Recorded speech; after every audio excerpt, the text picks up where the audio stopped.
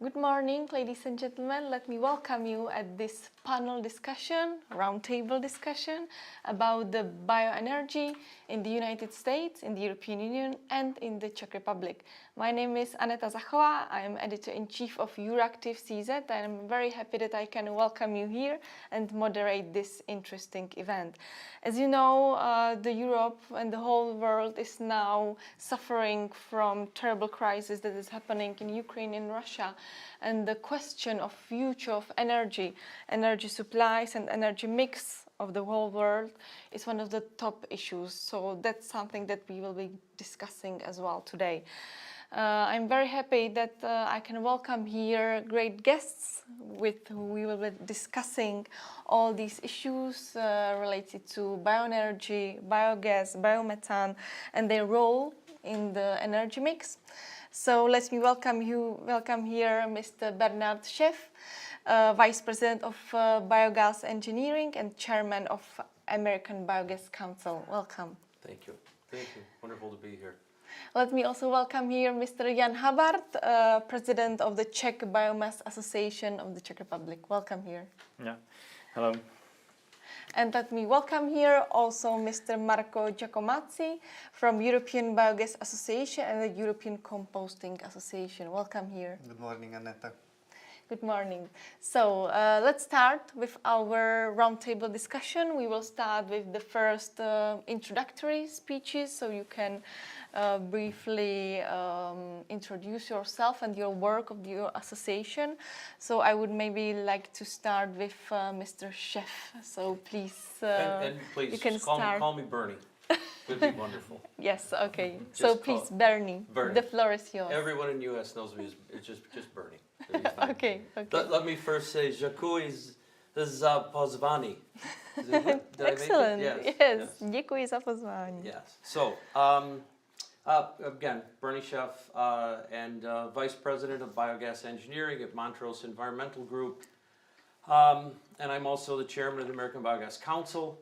I have been building digesters. My first digester started in December of 1991, the day my youngest son was born. That's why I'll never forget it. So that's when we started filling long ago. And that was over in western Michigan, Midwest part of the United States at a facility. And that I'm happy to tell you that facility is still operational and is part of an 8 megawatt cogen facility that's being built at the facility there in Plainwell, Michigan. So many years ago and still running along. So I've been doing this a long time.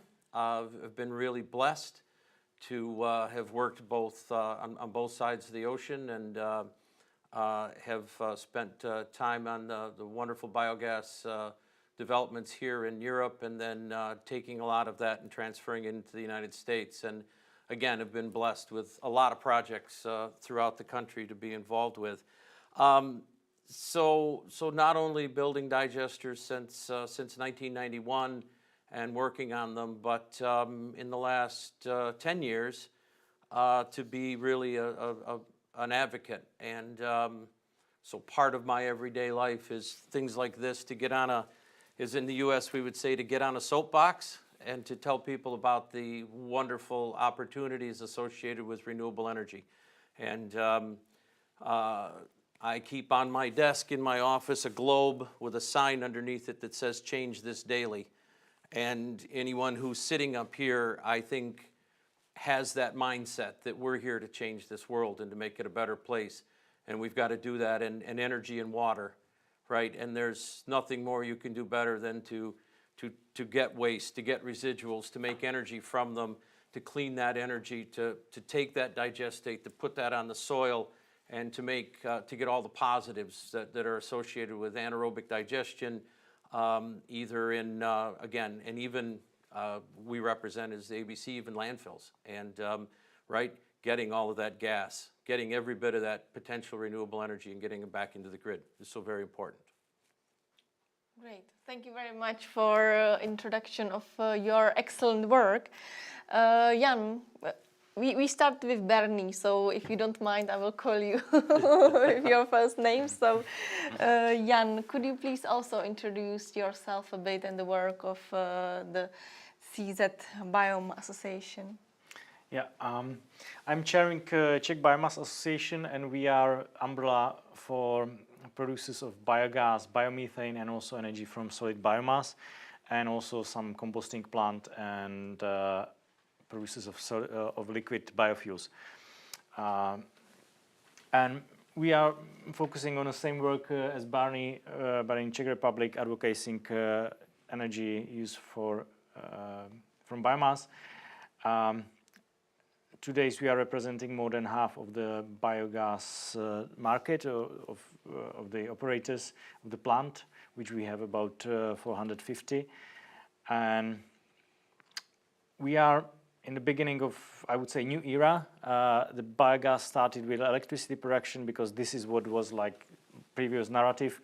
Renewable electricity, there was no taken account any heat or any gas as yet, and now we have been recognized as the same equivalent in electricity, heat or transport, and we can offer all the three things, the solution for needs of transport, heat and electricity. So we are trying to solve the situation, and it's really unlikely what's happening, but I feel that it wakes up many people and saying, well, so how the situation would be solved. So I think we can make it better. Great. Yeah. Thank you very much, and I would also like to ask Marco for his short introduction, because we had like the US level, we had the Czech level, and now European level. So please, the floor is yours. Well, thanks a lot. It feels really good to be here. Personally, I started working for the European Biogas Association and the European Compost Network, as you mentioned in the presentation, just at the end of 2019, meaning that after 5 months, the whole coronavirus thing started, and it was not possible to meet people in person. And so this is actually probably one of my first meeting in person. I didn't have the whole experience that Bernie had of meeting person and being involved in project. So this is really excellent. It's really great, and thanks a lot, Jan, for inviting me here for this roundtable. It's really exciting.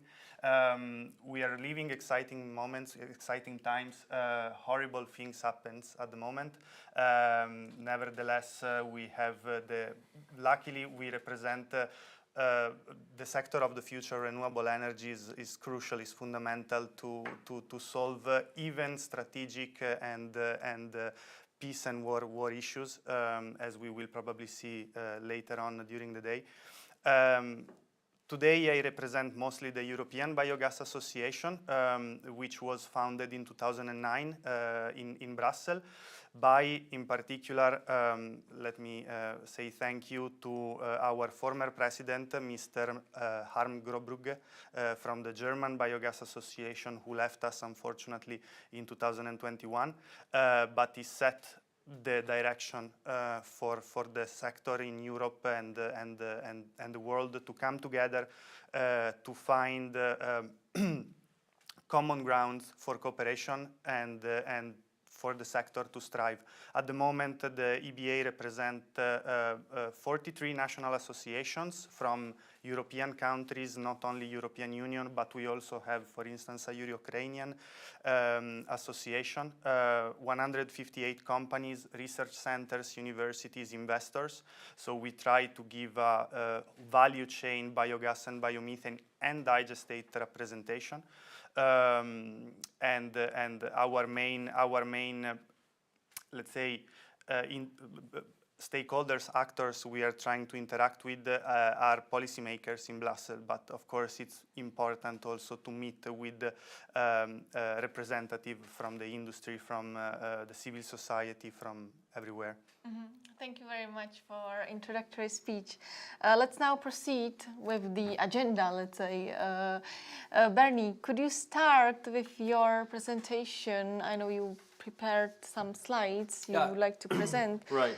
Some kind of overview about the bioenergy in the US, so our audience has a better knowledge about, the state of play in America, because, like, I guess that most of our audience is like Czech people or people from Europe. But for example, for me, the state of play in the US is a bit blurry. So make it clear, I have please. some. I'll try and make it clear. I'll do the best I can. Would we mind just to say one thing, and just all of it? We stand with our brothers in Ukraine.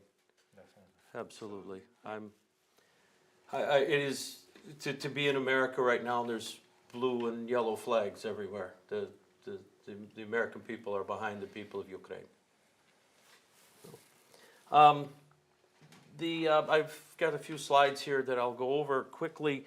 I'd just like to start out by saying that 2021 was the biggest year of growth in biogas in the United States ever.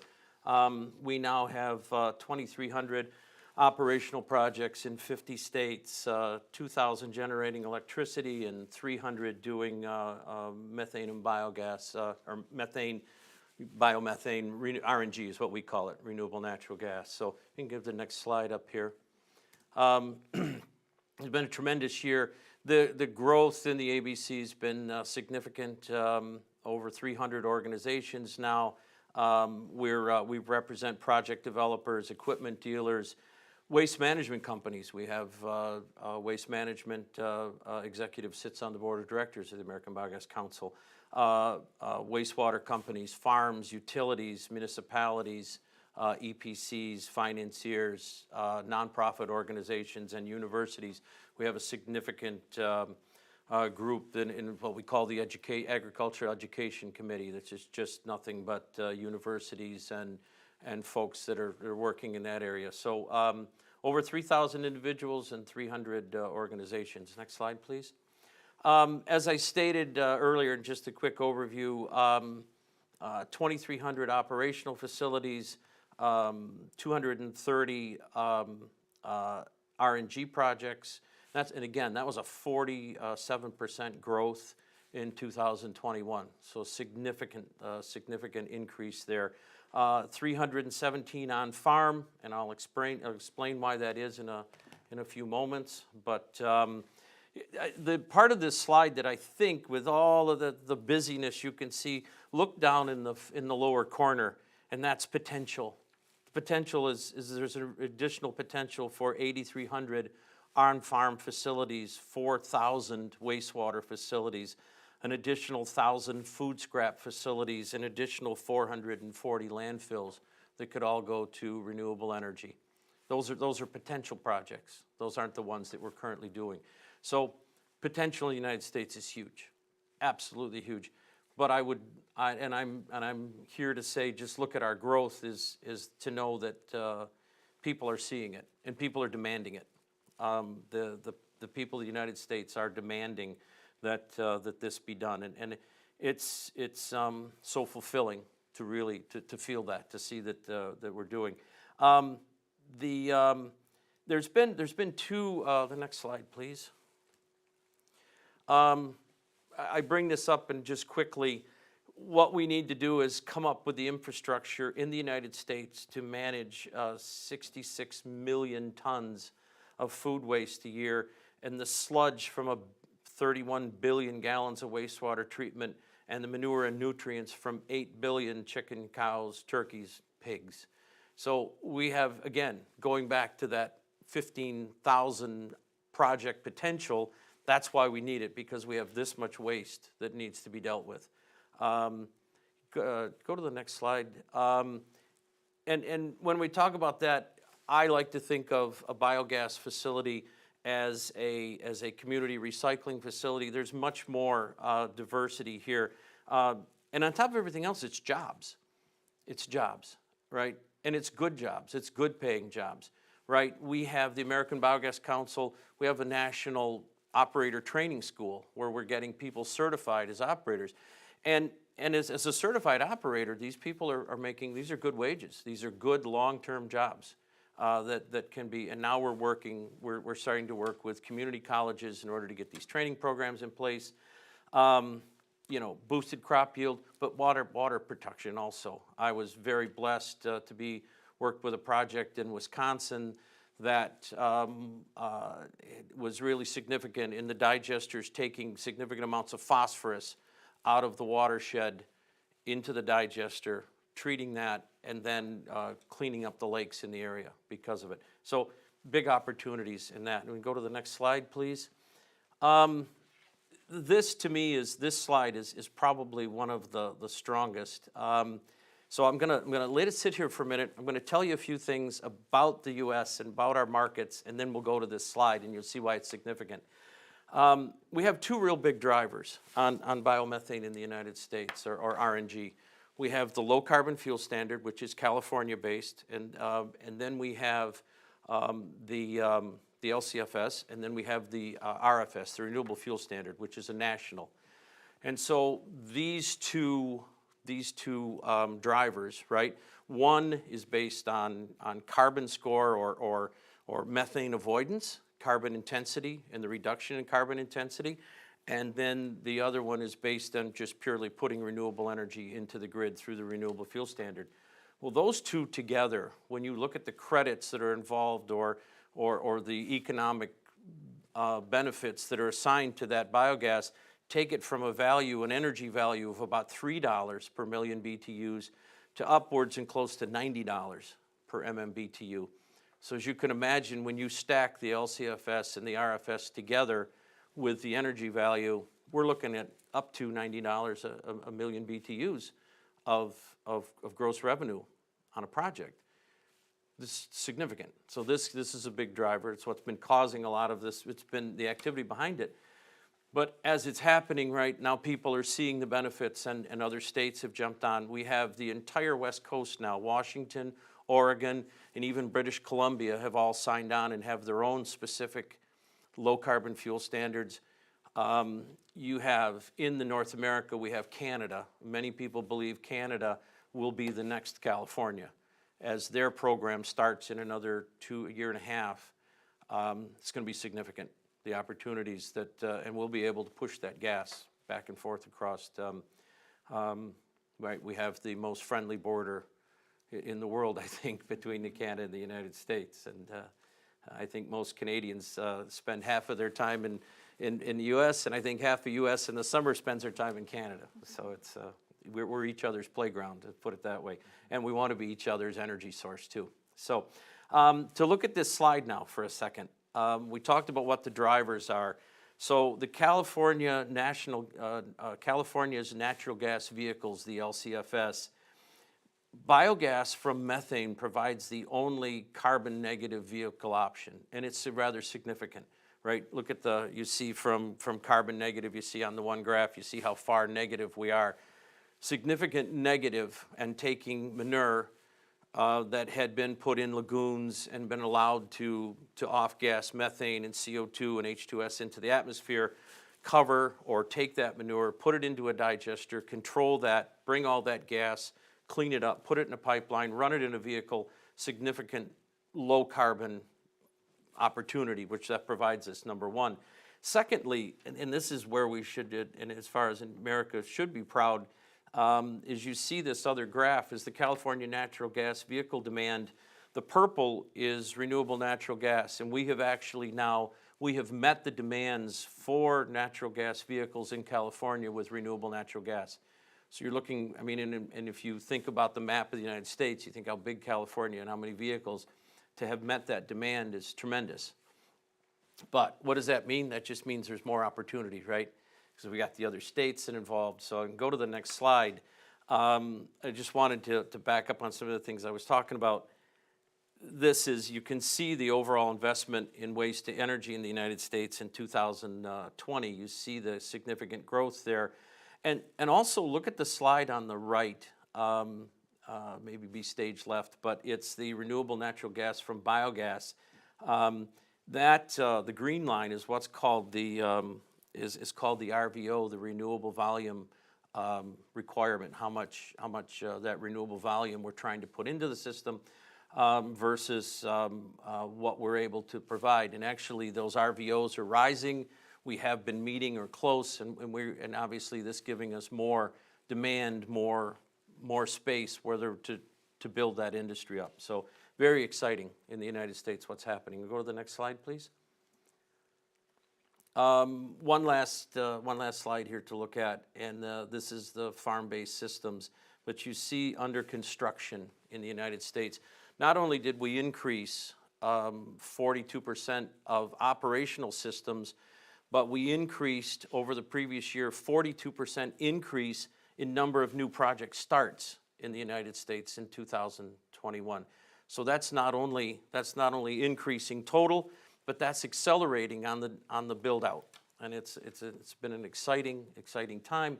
A lot of technology transfer, a lot of things that we're learning, and again, it also provides opportunity where we can take technology providers from, I'll just say it, this side of the pond versus that side of the pond. But we really, to work with the folks here who have such a long history, and to bring their technologies to it. So again, opportunities are tremendous, and maybe this situation right now with our brothers in Ukraine, that this even drives us even harder to change this world. Thank you very much for your presentation. It was really interesting to learn a bit more about the situation, about the very nice situation in the United States. Maybe I would now like to suggest to move to Europe before the Czech Republic, if you don't mind, Jan, that I will skip you now.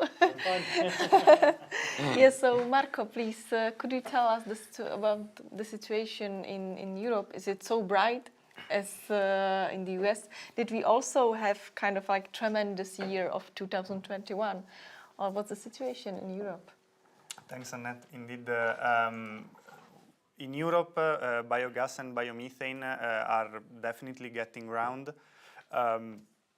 We experienced also, as in the US last year, a tremendous year, like positively speaking, for the growth of new projects, especially for biomethane.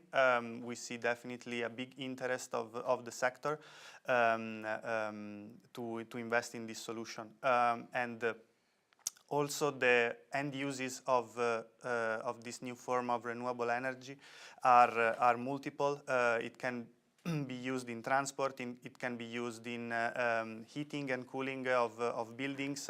It can be used for greening the supply of natural gas in general.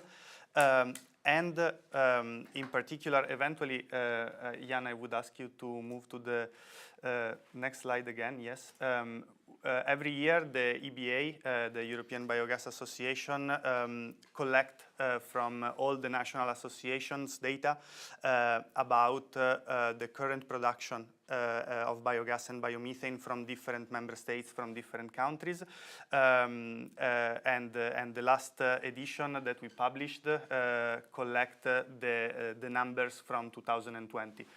So we are getting also ready for publishing the new report this year with new numbers, and we already know that there will be a growing trend also for the next year. Next slide, please. For this, please let me say thank you for the sponsors of this project that supported us practically in this development. It's a report, next slide please, that is available for free for all EBA members, but can be also downloaded from our website by getting in contact with my colleagues. I would ask you to skip a couple of slides forward, the next one, because at the moment we see that the production of biogas and biomethane in Europe is going very good. Just to give you an example, at the moment we produce roughly 18 billion cubic meters of biogas and biomethane, which is the equivalent of the natural gas consumption of Belgium, for instance. And there are a lot of studies from the European Commission, from associations, research centers that are studying what is the potential for growth of this resource.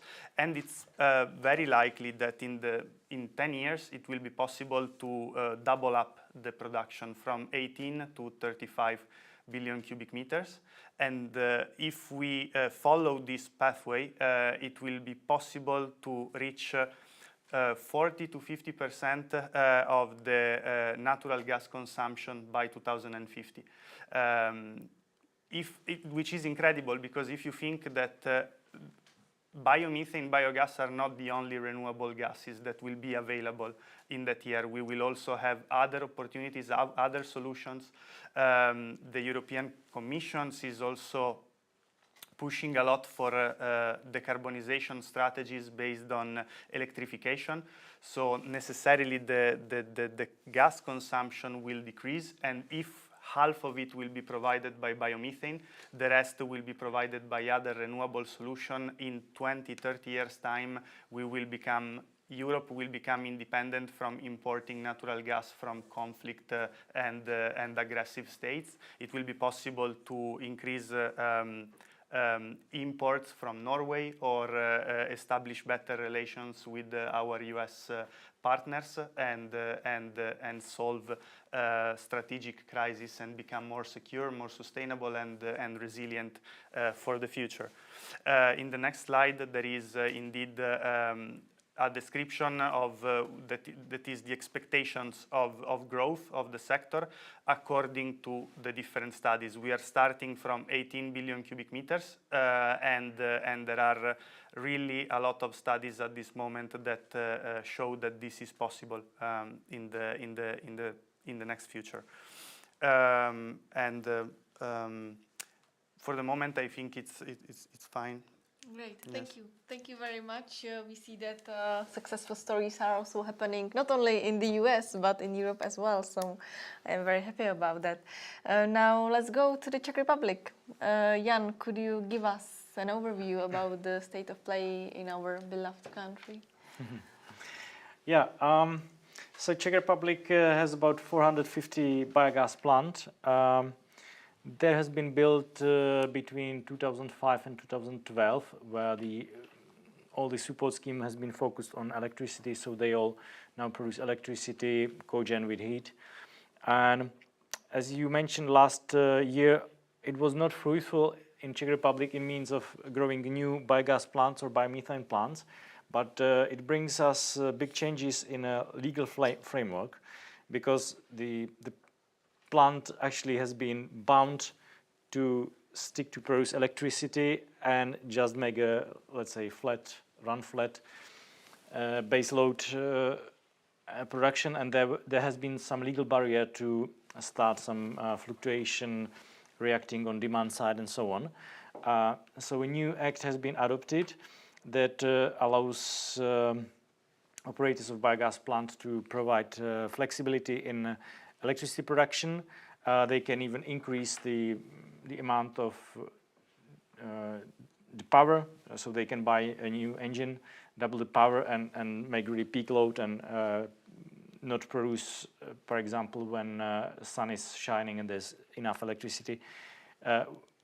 Well, nowadays our market is still kind of demanding electricity, so but there are peak time where electricity is needed more. And this is one thing that is really now under preparation in many plants. There is also possibility that producers would switch. Basically, they would change engine from biomethane purification, so the gas wouldn't be used on electricity on site, but purified on the quality of natural gas and put to the gas grid, or eventually put to the transport sector, to the tank fuels. Many projects are also in preparation. I would say 10 are really, the contract is about to be signed in the next days. And there is also support scheme for new project to produce biomethane, or to produce heat together with electricity. So it's kind of support for new biogas, but it's supported from heat installation, as we need that the new political framework is more focusing on heat from biomass and biogas. So I would say it's a good start. We have some seeds in the soil, and I think water would come as well, and it will bloom in 2022 or 23. So let's go to my few slides.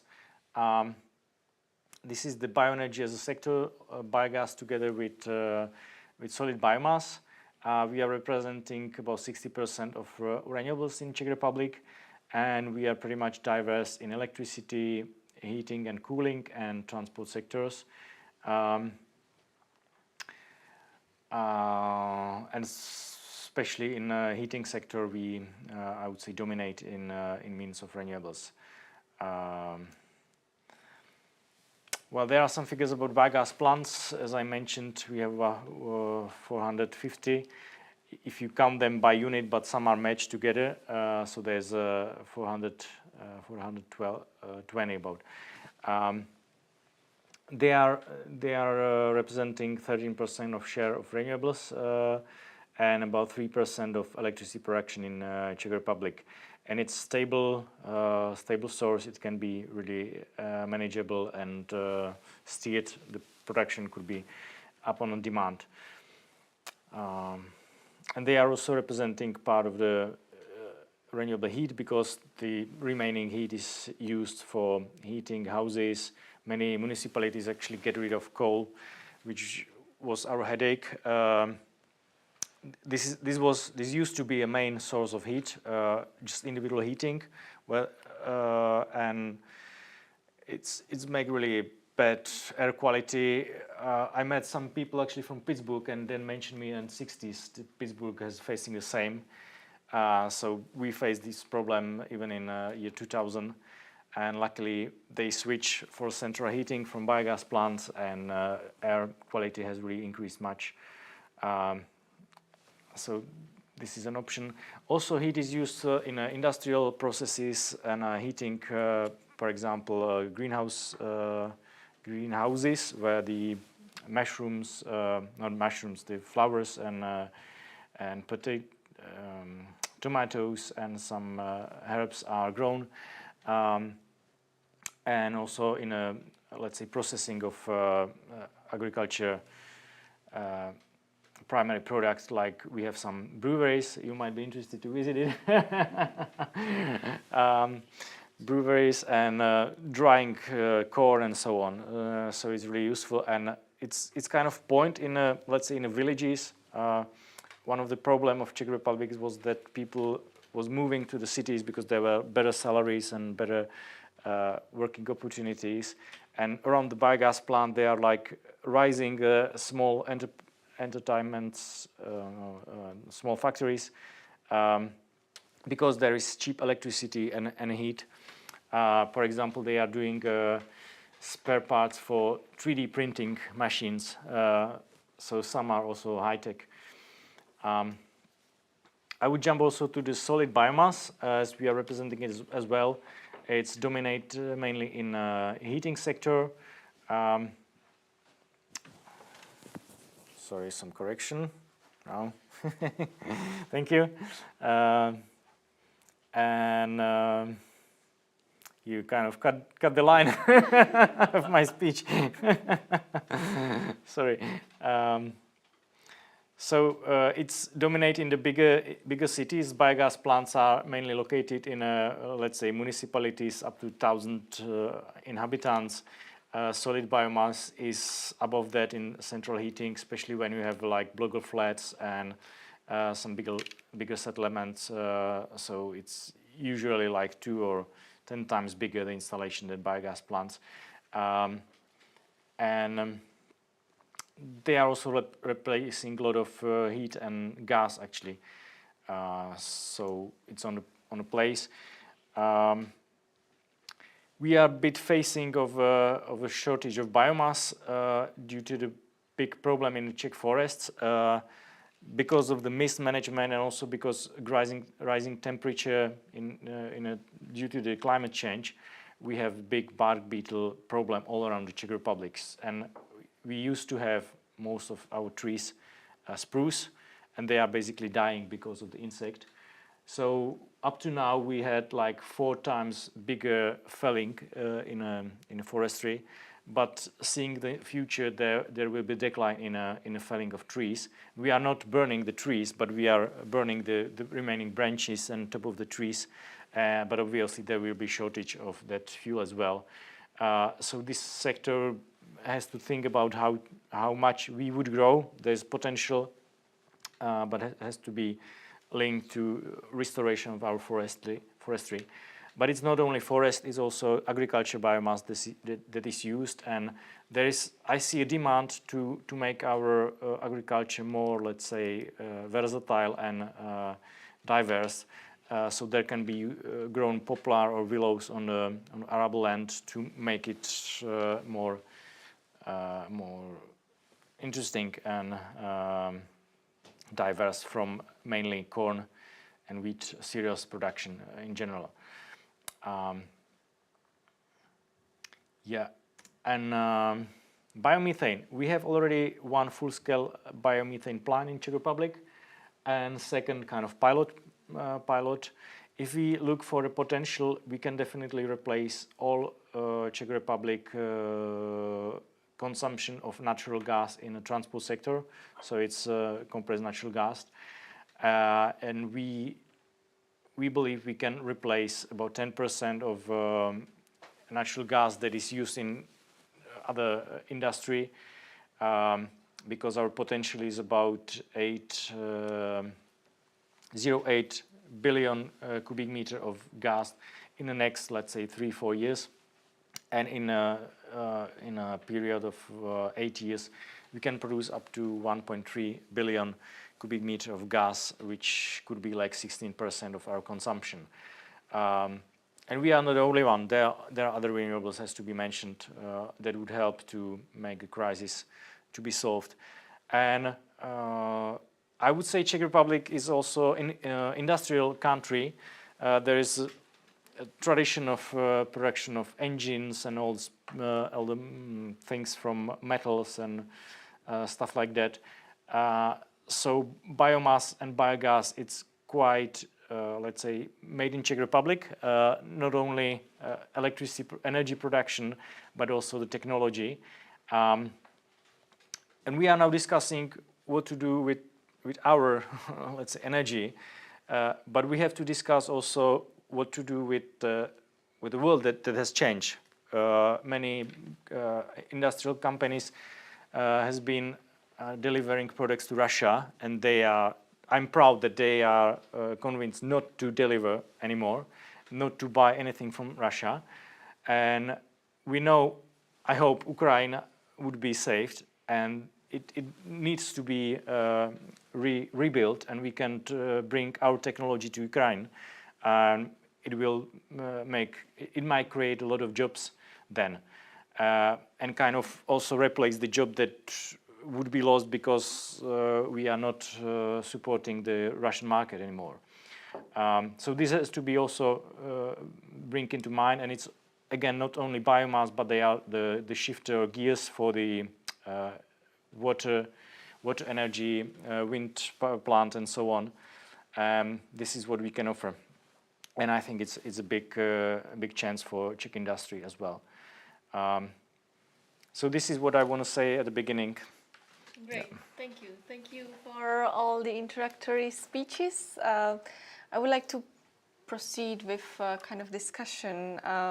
Bernie, you mentioned many achievements, many issues connected with potential, but in the United States, and I'm wondering about the challenges. What are the problems?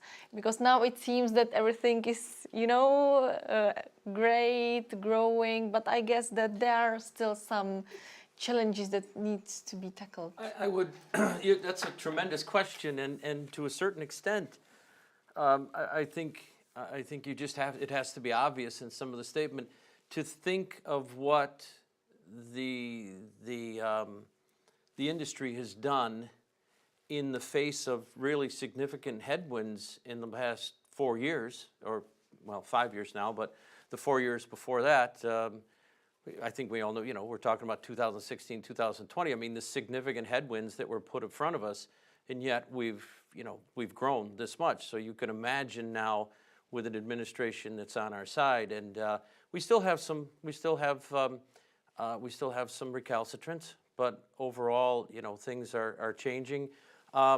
There's a big piece of this that we have what's called the e-RIN, okay? That's the electric RIN, and that's the part of where if you take green electrons and put those in a vehicle, then you should get that renewable fuel credit. Well, it's a significant credit. It also has an LCFS component to it also. So green electrons going into vehicles is huge. The previous administration fought it. We actually had the American Biogas Council actually had to sue the Environmental Protection Agency over this issue to open a pathway that had already been put in place by Congress. But the previous administration was recalcitrant, I'm being nice in the terms, about wanting to make that happen. So, again, with having an administration now, so we fought some battles, and to think that we've come this far without real strong support. We certainly have our champions. We certainly have folks, Tom Vilsack, the USDA, Secretary of the USDA, phenomenal. He wants a new digester built weekly.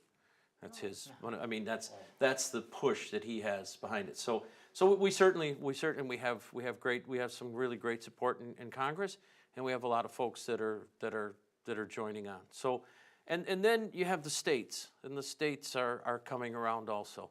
But we have a number of, and we also have some things that are having to do with just our sheer size, right? And because so many of the farms, for example, when you look on the agricultural side, you have so many farms that are just so big, the way that they might manage their waste doesn't put it in a situation which is really good for anaerobic digestion. So coming up with some ways of thickening or reducing volumes in order to meet some of those, to sort of to bring the industry around where it can serve the way that the animals are being managed, and so those things still have to be done. So so there's challenges there on the technical side, and there's always challenges, right? As more and more becomes available, prices should be dropping. So technology prices should be dropping. So we need to do that. We need to work much harder in getting. It's always amazed me how Europeans can build a digester for less than what America can build a digester for. It always, so we have to work. We have to work more towards that of being more economical. But the headwinds have gotten better with the new administration. They've reduced, and again, right? I do believe, as we keep saying, and I can't say the name of our brothers in Ukraine enough, that, right? I think what this has opened the eyes of the world to is that sustainability is important, and on top of everything else, distributed energy generation, right? I mean, the sheer fact of 2,000 or 4,000 or 10,000 small energy facilities that are all hooking into the grid means you can't disable us with one shot, right? That's very important. And so this distributed energy is even more important. And I think Europe's known that for a long time. And again, we're coming around to it. So did that answer? Yes, you did. I have only one follow-up question. Like the role of industry. You said in your previous speech that like the demand is growing. It means that even the industry is, still asking more and more for and you're these kind of solutions. Right, but insightful, very insightful question. Yes, we have a huge opportunity in the voluntary market. So not only, so you've got Google, you've got Microsoft, you have that have said we want to be. You got universities and even towns that have said we want to be. We want our energy basis to be renewable. I worked on a project up in Vermont with a tremendous group up there that is taking all the small brewery waste and and turning that into, and they're basically then feeding it into some of the small universities up there.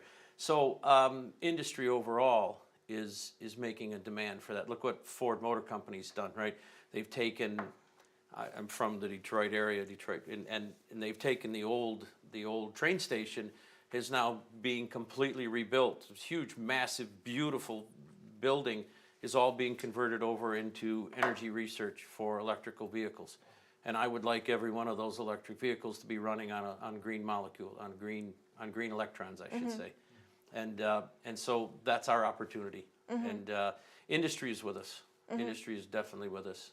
And it's being driven by the people. And it's being driven by the folks that don't have the gray hair like I do, who are saying, I want the future better. And it's too late for me, right? Now I have to do this for my grandchildren. That's why we're doing this. I do this for I don't have them yet, but if I ever do, then I'm doing it for them. But I'm doing it for your grandchildren and your grandchildren and all of our grandchildren to make this world a better place and to use, right? There's no reason to throw anything out. You should be turning it into energy. So. Yeah, that's great to know that we have industry on board, because of course for them it is also nice to, to have these like green claims, because people are now, like all the world, they are switching their mindset a bit. Like it's an issue from like the past 3 or 4 years, or like after the Paris Agreement. I think that like all the world is now more focusing on this like greening of everything, and for the industry it is important to have this claim, we are green as well, or something like that. But to not only say you're green, but to back it up. And that's where I'm thinking that I'm really seeing that our industries in the United States are really backing it up. They're really making it happen, and that demand is why the voluntary market, I would call it, in the U.S. is growing. The largest Archaea, the largest provider of RNG in the United States, is all providing into the voluntary markets. The voluntaries that are demanding that energy and want to buy renewable energy. This is significant. It's a significant opportunity. Marco, what about the European industry? Can you comment on that? Like, what's the demand from the industry, if it is growing? And also, I'm wondering about the European institutions, because we just heard that the new US administration is supportive, that they are supporting the sector. What about the European institutions? Have you seen any switch, for example, in the past years, or is it something, kind of like mainstream for the institutions to support the bioenergy sector? Thank you. Yes, indeed, the discussion with the European Commission in particular was quite intense in the last 2 years in the preparation of the Green Deal and the Fit for 55 package that was published in July, and was the main flagship of last year for the implementation or the proposal of the Green Deal. So I think 14 legislative proposals, the biggest legislative package ever proposal, crossing renewable energy production, energy efficiency, carbon removals from the atmosphere, so land use sector, agriculture, maritime transport, heavy duty, light duty vehicles, cars and vans, the emission trading system, aviation. So exciting times, so many things happening at the same time. I must say, unfortunately, that over the last years, the Commission showed much more interest, vision for electricity and hydrogen, and started. It was very common in Brussels to talk about natural gas as a transitional solution for the next 10 years, 20 years, and it seemed taboo to talk about renewable gas at the moment, which suddenly became important considering that natural gas imports are no longer a solution. Yeah. So eventually, vision is important, of course, is tremendously important, and it should be, it's important to have something that is also possible to face the risks because of course everybody know that geopolitically speaking, Russia was not the main ally of Western world.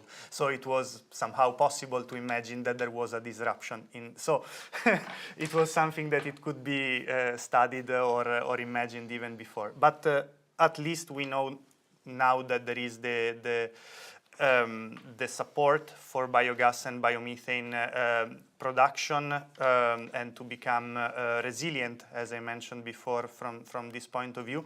We arrived a bit late because the proposal were already put forward, and now if you look at the rules of decision in the European Parliament and the Council, they are already discussing, and there are strict timelines that should be respected in order to bring these new legislative rules to reality. But what is really important here to consider is that for the sector to grow, legislative certainty and clarity is crucial, because you cannot change the rules every 2 years, which unfortunately is what happened in the last 10. Because if you look at the history of the Renewable Energy Directive, we had a legal text in 2009 that was somehow working, but it was not taking up with the innovation and opportunities. So a lot of revisions have taken place over the last 10 years. We had one in 2015, one in 2016. The text that was adopted in 2018 was then revised in 2021. And this is toxic for any business, for any operation, because you don't have a perspective. We kept adding new targets for renewable energy production, but we kept changing the rules of how to achieve those targets. And this is not the best way of proceeding, because if operators plan a project for 2 years, they get all the permission from the nation, the region, the local authority to build a new plant, to produce energy, to inject it in the grid, and then suddenly they need to respect additional criteria that were not there 5 years before. It's creating the risk of losing an investment, and this, of course, is slowing down the uptake of the solutions. This is definitely important to address. And another challenge, I would say, is to think about biogas and biomethane not only in energy terms. Nowadays, we see how it is important to have a systemic, holistic approach to climate change and to the main challenges of our times. And what's great, amazing of the technology producing this biogas, biomethane, is that is a recycling technology. We have a lot of waste materials that can be fed to this fermentation process, which is also low energy intense, so you think that is very sustainable. And it's possible to recycle the nutrients, nutrients that are important for growing crops, for food, for feed, and to bring back to the soil. So it's even possible to bring fertility to soil without using traditional fertilizer products. So it's really an innovation, not only on the energy system, but of agriculture, of waste management, of horticulture, of land use, new ways also of growing the feedstock for this production is changing, so that is possible to give more I would say input of benefit input to the soil, to protect biodiversity, to avoid displacing food and feed, so we don't see any more monocultures, but we see a rotation of crops on the field, and this is possible and is already happening. There are examples in Italy. There is the biogas done right, where crops are growing in rotation, either before or after the main crop over the same year, without using pesticides or chemical fertilizer, just using digestate and conservative agriculture principles. We have the same example in France. Of course, to implement this practice, you need to be very well aware of agronomy and agricultural principle. So it's an innovation that is taking place and that should be supported over the next years. we see definitely the interest of the sector to engage with policymakers and authorities in discussion and to understand what should be the perfect the right framework to allow this to grow. And last but not least, Europe is an internal market. We can trade goods from Spain to Finland without borders, without customs. But it's sometimes very technical to understand how this can be enabled, and it will be very important to engage in this kind of discussion nowadays and to enable this free trade of digestate, of nutrients, recycled nutrients, and of renewable energy. Yeah, you mentioned soil. That was like super important issue also here in the Czech Republic, because in past year we saw that the quality of soil was really decreasing, that the nature doesn't know how to cope with the climate change, and a better management of soil, protection of soil became one of the top issues, and of course bioenergy sector can help a lot, significant help. Yeah, let's move a bit now to the Czech Republic. Jan, we heard stories from the United States, from Europe, how the governments or how the institutions are, coping with the sector. We saw changes in the Czech government recently.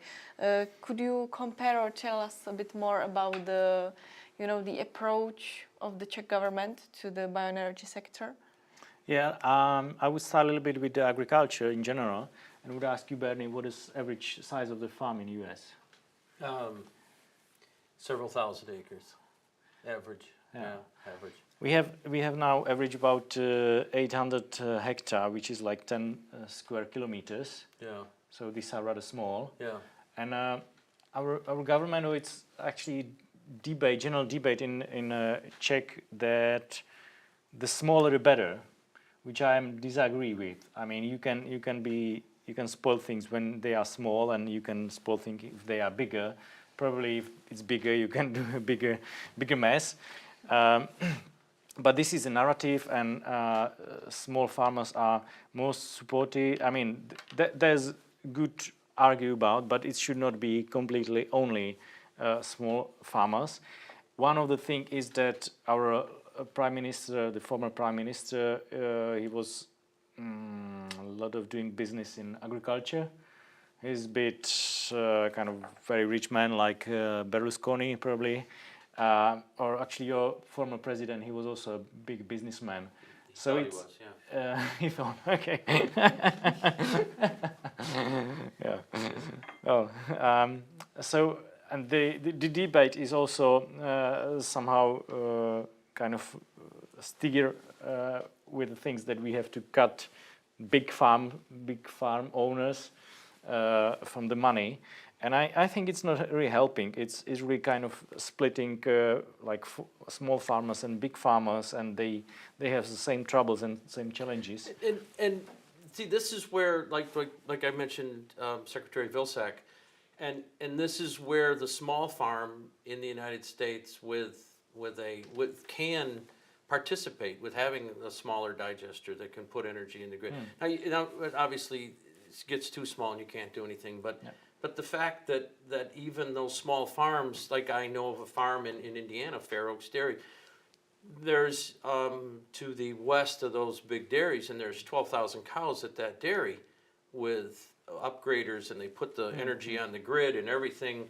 I can tell you, because I was part of the project, we've removed almost the equivalent of 7 million gallons of diesel fuel off the I-65 corridor by putting renewable natural gas into the trucks and fueling them there. All right, all the trucks that come out of Chicago hauling waste are all fueled with renewable energy from those cows. But this is where the small farms come in. Every day in the summer, you have small farms pulling up that are small vegetable farms that are pulling up, getting that compost, getting that recovered nutrient and taking it back to their farms and growing other things on it. So there's benefits, right? I mean, again, and I thought, Marco, and I was writing, I was even sending myself notes. I got to talk to you about things. The soil, right? The soil, it becomes when we put the organics back into it, it becomes that sponge. It becomes that siphon to pull back that CO2 back in and so we have to do those things. We have to. And anaerobic digestion allows us to bring that material back in and to get it back on so that we don't entomb phosphorus in places where, we have big tombs of phosphorus all over the United States, tombs, I mean tombs, right? Piles of waste that are phosphorus is entombed in those, is never coming out. There's only so much phosphorus in this world, and sooner or later we're going to run out. So why not get it out and get that carbon back in the soil? And I agree. So the small farmer, I think, can, even if they're not big enough to have a digester, they can get from the benefits. There's a 2,000 head farm in Iowa that I'm familiar with, the Sievers family farms. They have a digester. They bring in food waste. Then they take all of the digestate from they rear beef cattle. They take that beef cattle waste. They take that food waste. They digest, and then they take those fibers. The fibers go back onto the land that are maybe high in sand or in clay, where they need to bring organic matter back in. But the digestate is going back, and he's turned prairie soils that were devastated back into extremely productive programs. And this Iowa alone, and Iowa and Michigan State and Minnesota, and then those are working very, very hard in bringing those nutrients back into the soils and getting that carbon, that percent organic matters back up in those soils and getting them turned around, right? I think we're finally turning our head from just add enough fertilizer to it and it'll grow, that we actually have to build the soil back up. And I'm excited for that. I thought your discussion was tremendous. Yeah, actually it's very important also nowadays, because there are this kind of discussion that are taking place in the rooms of the policymakers, how to find ways for incentivizing these alternatives. At the moment, what we see is very getting ground is the discussion on carbon farming. That is a principle of how to give the farmers a sort of carbon credit, a piece of paper saying the practices that this farmer has implemented in the last 5 years enabled him to store X tons of carbon equivalent in his soil. And then this farmer can sell this certificate to Google to, yes, that's tremendous. And enable the big multinational company to claim that, yes, they supported, incentivized this, and therefore they reduced their overall emission. It's very interesting, the discussion of how and why and if it's possible to do carbon farming by bringing digestate and compost to the soil. And at the moment we see that sometimes there is the counter argument that the CO2 that you store in the soil is not additional. You are not taking it out of the air, and therefore you should not allow this, but which is completely crazy, because when you think about digestate and compost, you think that it's a waste, it's not coming directly from a process that would be there. And you should also take into account what is the alternative. If I'm not sending bio-waste to anaerobic digestion, I am sending it to a waste-to-energy plant. So the emission that will be. So we are really trying to explain them why there is additionality in this mechanism, and we really try to get this new story in the mind of the decision makers. That Strong will work. be very important. Very, very strong work. Yes, really crucial for the next years, Keep I it would up. say. I should hook you up with the folks, some of the people in the United States that are doing. I sent myself a text while you were talking about that, because My pleasure. Yeah, we need to talk about that. I can hook you up with the folks at Michigan State and Iowa State, and what the tremendous work that they're doing in recovering those prairie soils that were damaged so long ago, that we're finally getting them back. Mm-hmm. Yeah, maybe but come back to the Czech issue.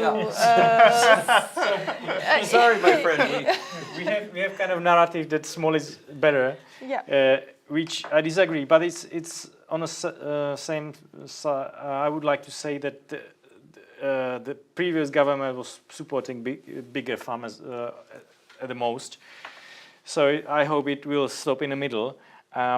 And also fact that the government did not provide any support for small farms to become anaerobic digester operators, because there was one payment, and there's a kind of effective of scale. When you make it smaller, it might cost more. But we are trying to involve also small farmers in anaerobic digestion because of electricity, biomethane, but mainly because methane avoidance from the storage of manure and all the fertilizer.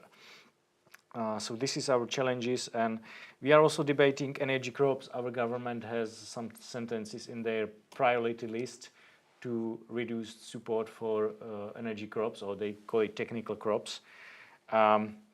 So we are debating with them that it's actually helped agriculture when you grow the alfalfa or clover or whatever, or in some cases also maize, because it's really kind of ready for drought period. It don't need so much water, and it makes it helps the agriculture to work, especially the clover and alfalfa. They are fixing the nitrogen. And nowadays, as we have the carbon trading scheme, the price of the carbon that you leak out in the industrial processes goes up to 1,100 euro per tons. And when you produce nitrogen fertilizer, you produce a lot of emissions. So the nitrogen fertilizer skyrocket like 3 times more than it used to be a year ago. Mm-hmm. And farmers really has a headache what to see. Are we going to fertilize it, because what's going to be the price of the product? And it's a real nightmare. And if you have a biogas plant, you can save up to 80% of fertilizer. So it helps, but it's difficult to address it to our government. We are trying. And also we are facing with the decline of animal husbandry numbers. We used to be kind of self-sufficient and produce a lot of meat.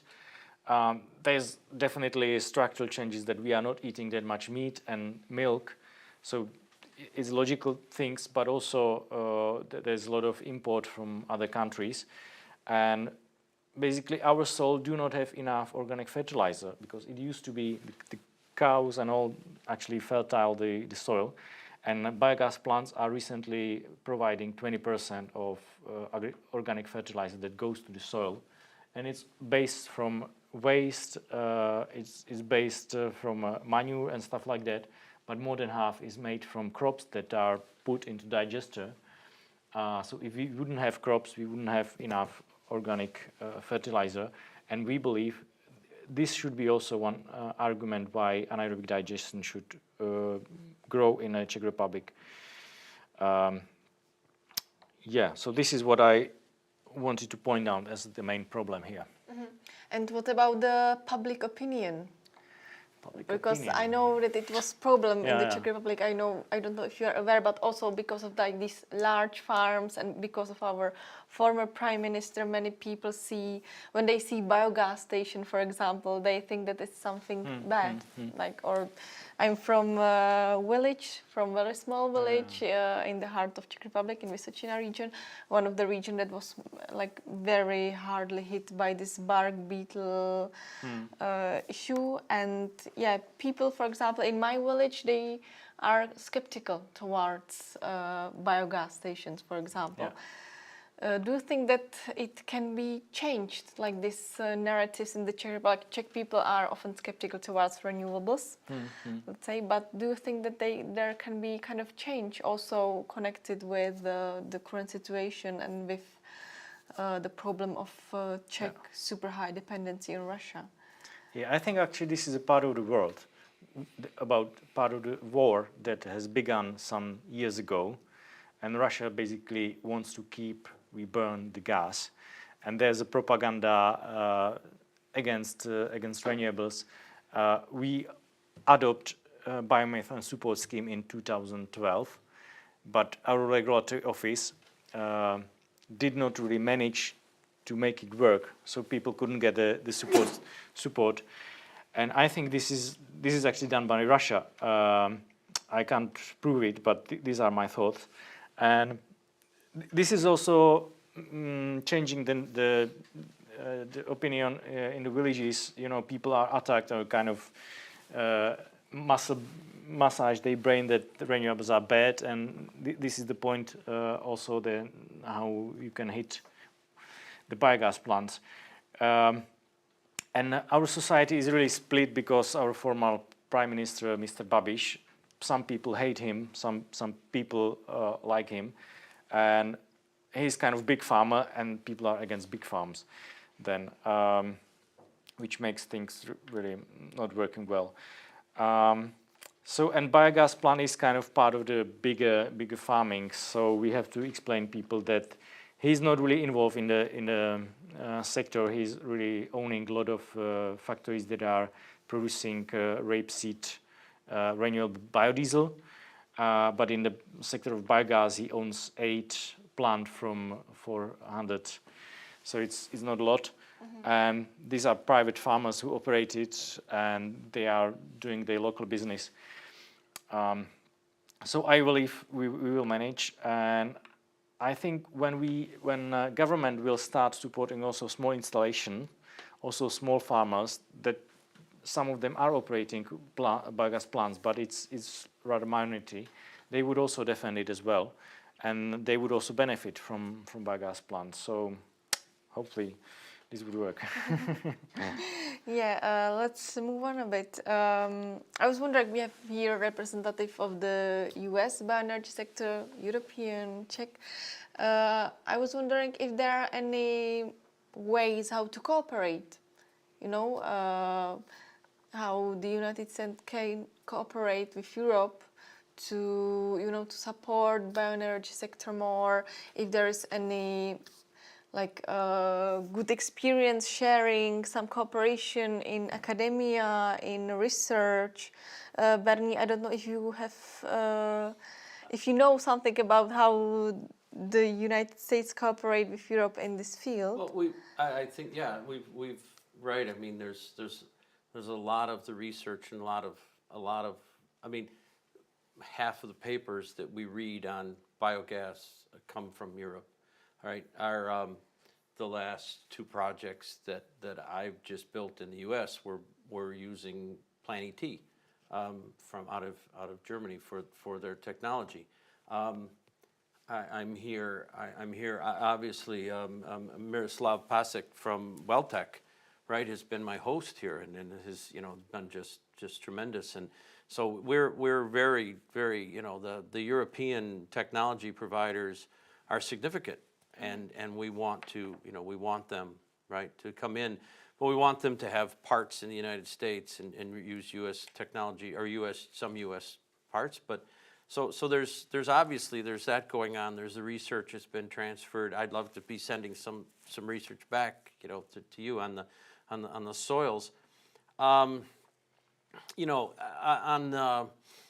far as on a governmental basis, I mean that's where things are so different. I think from beyond where to use a U.S. term, where the rubber hits the road, right, to what's going on the sites, your drivers being energy crops here and things like that, right? I mean, the whole German boom, right, was based on my silage, on where you make silage in the United States, you're feeding cows with it, right? That's just why it's going. It's not going into a digester. There are there's some crop residuals that are ending up in, there's a couple of projects, one larger, one that's being finalized right now that are going to use crop residuals like straw and things like that. But yeah, the big push in there's no real push there on that piece. So but I would think I think it's been strong. I think that the technology transfer has been strong. Right? I mean, most of the initial starts in the U.S. were Biogas Nord and UTS, which became Energia, and all those were all European transfers over.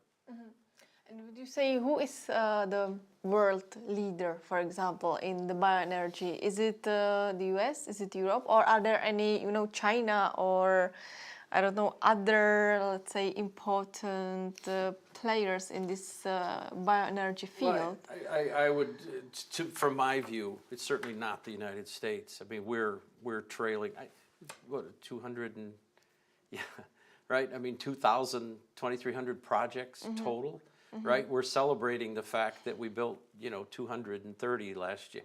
I mean, we're celebrating that. I mean, there's counties in Bavaria alone that I know that have 230 digesters. So, I mean, yeah, I mean, Europe is obviously, you have more digesters here than we have, throughout half the United States, just in Czech Republic alone. So, I mean, Europe to me is really is the driver and is the, to me, to a great extent, is the source of an awful lot of knowledge. A lot of that is based on different substrates. So a real technology transfer to dealing with what we digest in the US versus what you digest here. I know China is moving quickly. There's a lot of digesters going in China. I'm constantly being contacted by Chinese groups that are wanting to come into the United States and start building digesters over there. So I know that they're expanding, but I mean, when I personally think of who's the leader, I think of Europe. I think of Europe. And at one time it was Germany, and I think that's expanded out again, right? The brain trust you have in Czech Republic alone is significant, right? How many projects you have versus, and in what England's done. I'm going to Scotland on Friday to look at a digester. I mean, next Friday. I mean, yeah. The rest of Europe is really taken off. Marco, could you add a bit more about who is the European leader, if it is Germany in the biogas sector, or which country in Europe should we focus on and see it as kind of example how to do it? It's very interesting. I first would like to say that there is indeed an exchange of knowledge, of know-how and expertise between Europe and US. I cannot quote directly the university professor. I would like to, because I don't remember his name on top of his head. But first I mentioned the Biogas Done Right, Italian and strategy for the production of sustainable crops. And this is something that was learned by the Italians visiting the US. So we definitely imported a concept that was born there and that is helping tremendously for the sector to grow.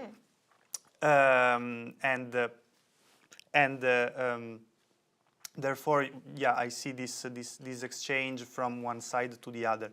And this is also important for what Jan was saying before. So when you mentioned that the government here is not supporting of the energy crops, we realize that it's very important to explain them that it's not the crop on its own that is bad, but is the whole system that should be supported. So if you have indeed caring for soil, replacement of mineral fertilizers, all this system is possible whether you are using one crop or another, but it's the rotational of the system that should make it work. About the situation in Europe, Germany has been the leader in the production ever since, I would say. But there are new actors introducing also alternative. I would say, way of doing things. In the last year, it was the first time since 2011 where we saw that in France there were more projects being realized than in Germany from one year to the other. So Germany has always been building new plants more than any other countries. But last year, France built more projects than Germany. And then it depends also what is the support scheme that is in place in one country or another.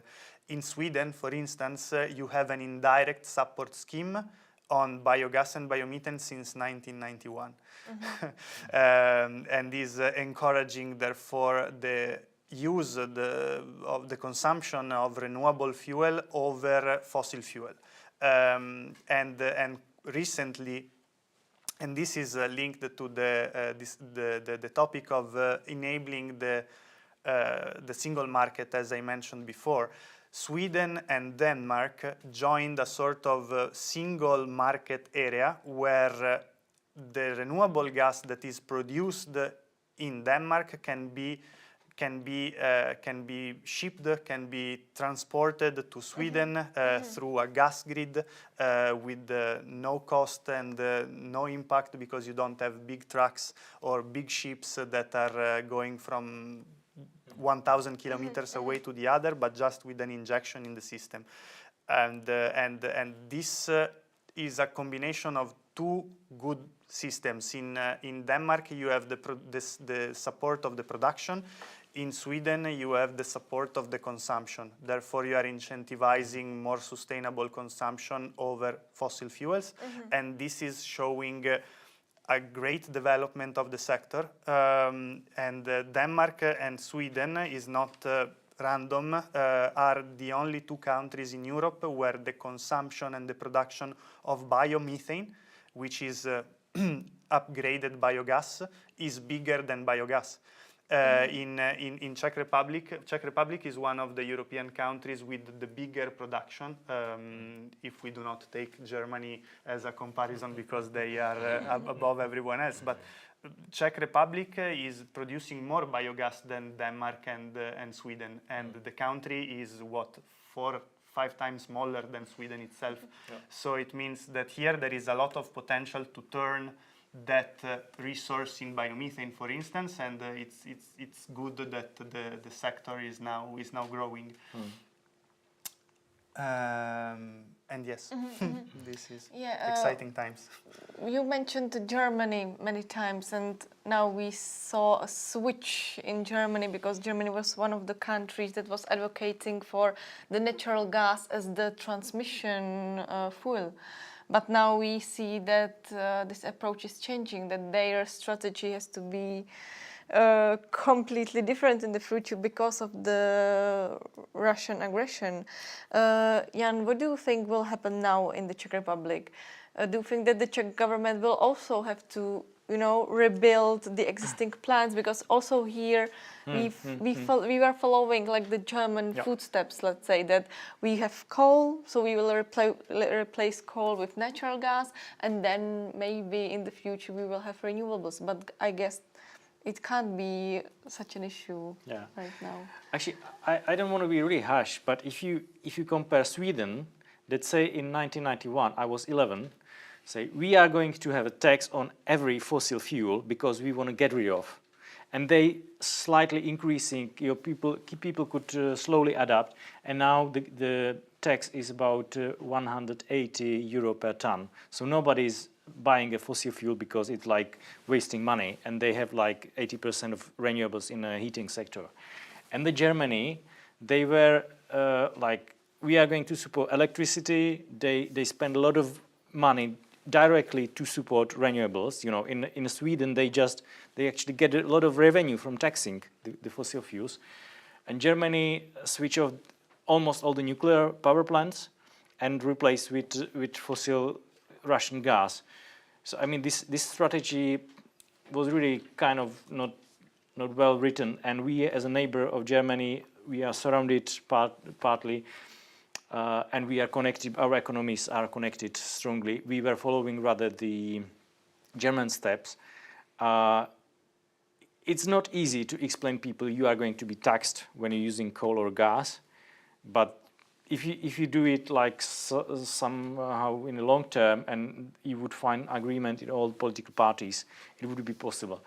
So we definitely has to go rather Swedish way, and we have to start to kick gas everywhere it's possible, replace with renewables. In this context, I think we should also think about a nuclear power plant, actually, because we don't have enough natural gas. We don't have enough renewable energies to make 100% our energy based on renewables. This is what my thoughts are, especially if you already operating nuclear power plant. I don't think it's a good idea to switch it off. Yeah.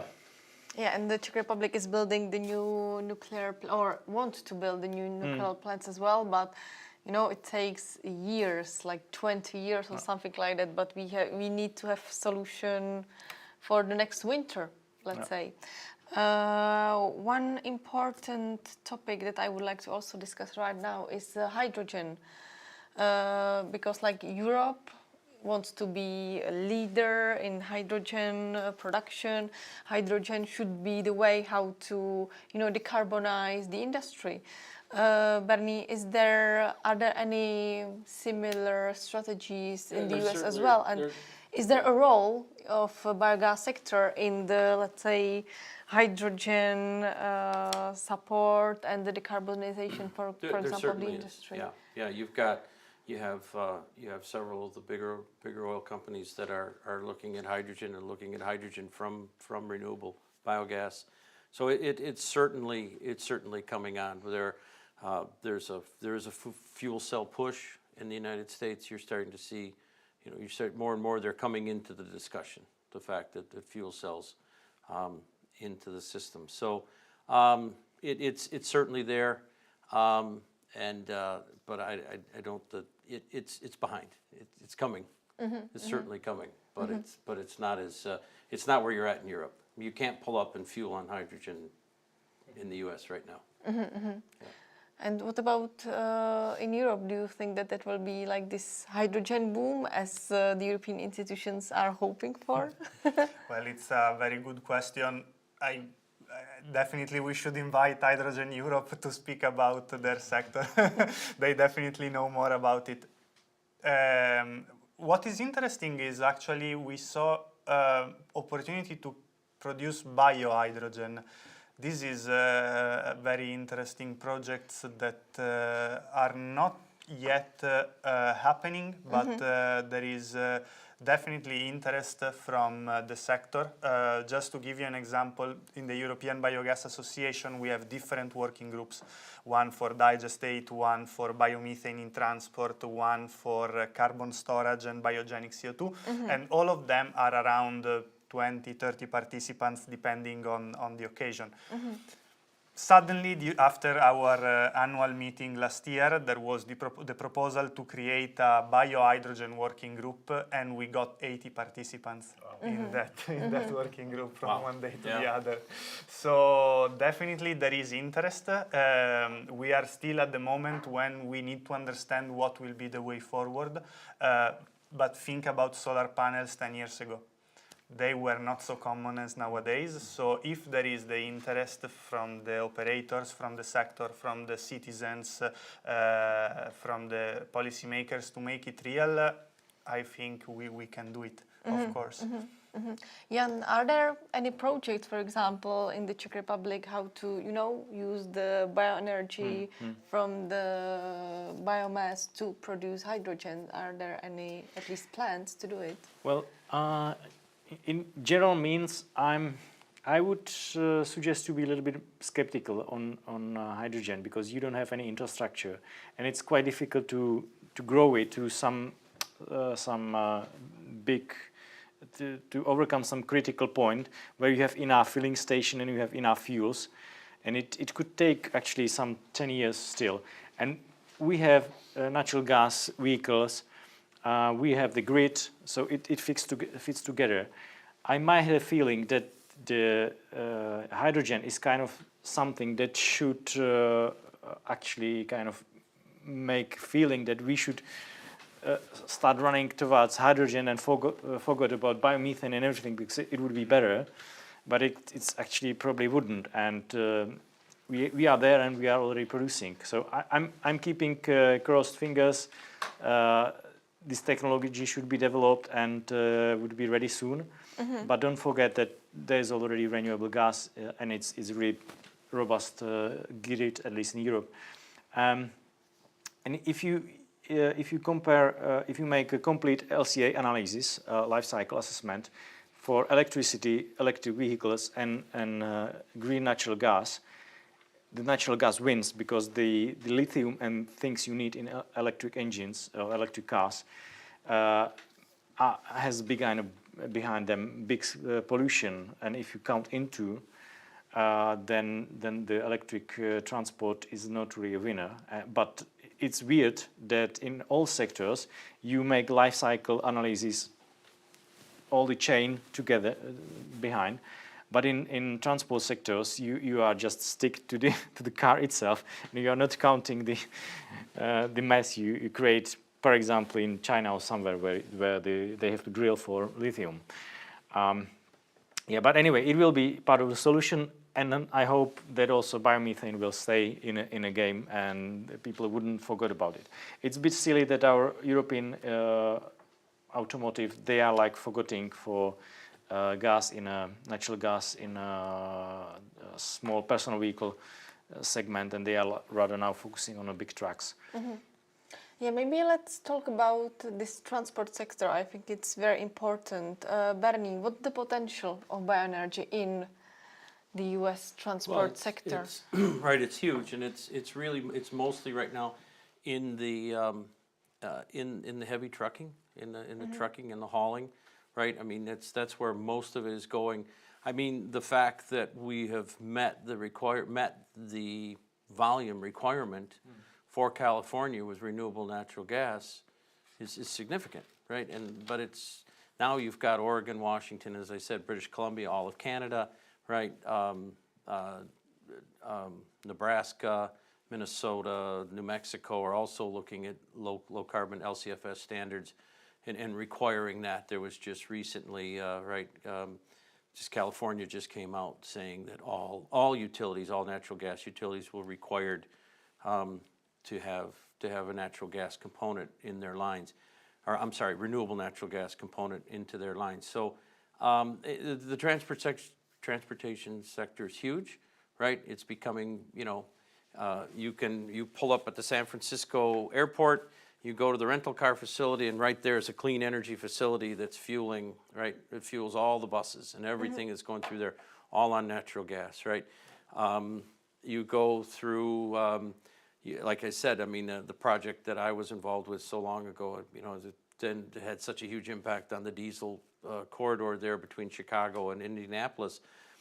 All of those milk trucks, you drive up behind them, and you'll see a blue and white sticker, running on renewable natural gas. So I think it's big. I think it's very big. They've made the changes. They've got the trucks now that have the energy to get up and down the hills that were lagging behind. That's been solved years ago, a few years ago. So cars, you can actually buy cars now in the U.S. that are running on natural gas. There are maps and setups so that you can get back and forth across the United States with natural gas, to go to natural gas fueling all the way across. It's exciting. It's very exciting. It's a great opportunity. You don't think about it, but you realize that there's more energy, and this came from Brad DeVille was telling me this from Green Lane. He's the president there, that the most energy that's moved in the United States is not in electrical lines, it's in the pipelines, right? So we have to green that pipeline. That's where the majority of the energy is moving, are on those pipelines, right? Per energy value, there's more energy moving there. We need to green that up, and by T. Boone Pickens, right, said long ago is that. It's obvious. 128,000 BTUs is equal to a gallon of diesel fuel, and we can make 1 million BTUs of energy for $4 in a digester. So it's pretty obvious that 7 gallons of diesel fuel equivalent for $3 can be for $4 to be made in a digester. It's obvious. It's obvious. You shouldn't be cooking with gas. You should be driving with gas, right? And again, you brought it up. You must have read the same studies I have, because the life cycle analysis on the RNG vehicles is a much better story than the electrical, right? But on the other hand, you can't have everybody pulling up into their home that because I live out, I have electricity, but I don't have natural gas, right? So I need to be able to fuel my vehicle soon. The next one I buy will be an electric vehicle, right? But hopefully it'll be running on green electrons. So, yeah. And by the way, on my farm in Michigan, I have solar panels also. So I have also solar panels in my house Yeah. in Vysočina region. Yeah. It was a great decision. Yeah. Marco, what about let's say the greening of transportation sector in Europe, because Europe really is more pushing the electric batteries rather than, let's say, renewable gas infrastructure. Are there any projects, are there any plans, or is it more like e-car future for Europe? Well, of course, if you look at the transport sector exclusively as car, there is interest to develop electric vehicles. Eventually, we know that in transport there are many different modes, heavy duties, ship, aviation, and at the moment, electrification of shipping, I mean, big ships that has to stay on the ocean for months is not possible. And we have contacts with ship owners that are really interested in biomethane, because it seems the cheapest and the more sustainable way for them to decarbonize. There will be, in the Fit for 55, the package that I mentioned that was published in July, there is legislation for introducing new sustainability requirements for maritime sector. They are very ambitious. Sorry. And it's obvious that there is not the possibility for them to decarbonize through hydrogen or through electricity. They need to go with biomethane. And so it's very important at the moment to create the mechanisms so that the volumes that are produced in different countries in Europe are delivered to the ships that are at harbor in Amsterdam or in France or in Italy. And it's nice to see that at least in this kind of legislation, because the European Commission is aware that there is not electrification options at the moment, the life cycle approach is the one that is promoted. So you definitely understand that the choice of having electric vehicles supported in a tailpipe approach, so just measuring the emissions at the vehicle, is a political choice, is not a sustainability decision, because if you look at the data, you will have different results. Nevertheless, we see this is the direction that is taken by the European Union. There will be, in any case, time. But if you look at the countries, at the member state at the moment, you have countries that are putting targets of different nature for the use of biomethane in transport. This is happening in Italy, in France. In Germany, you have a quota system, so you have to decarbonize the transport. And of course, using biomethane is one of the ways for doing that. You have, as I mentioned, in Sweden, the tax exemption. In Finland, all the biomethane that is produced is used in the transport sector. So definitely is one of the main end uses that you can have with this fuel, with this alternative. Yeah, Jan, could you tell us more about the situation in the Czech Republic, like the role of bioenergy in decarbonization of transport sector, not only cars, but the heavy trucks, etc.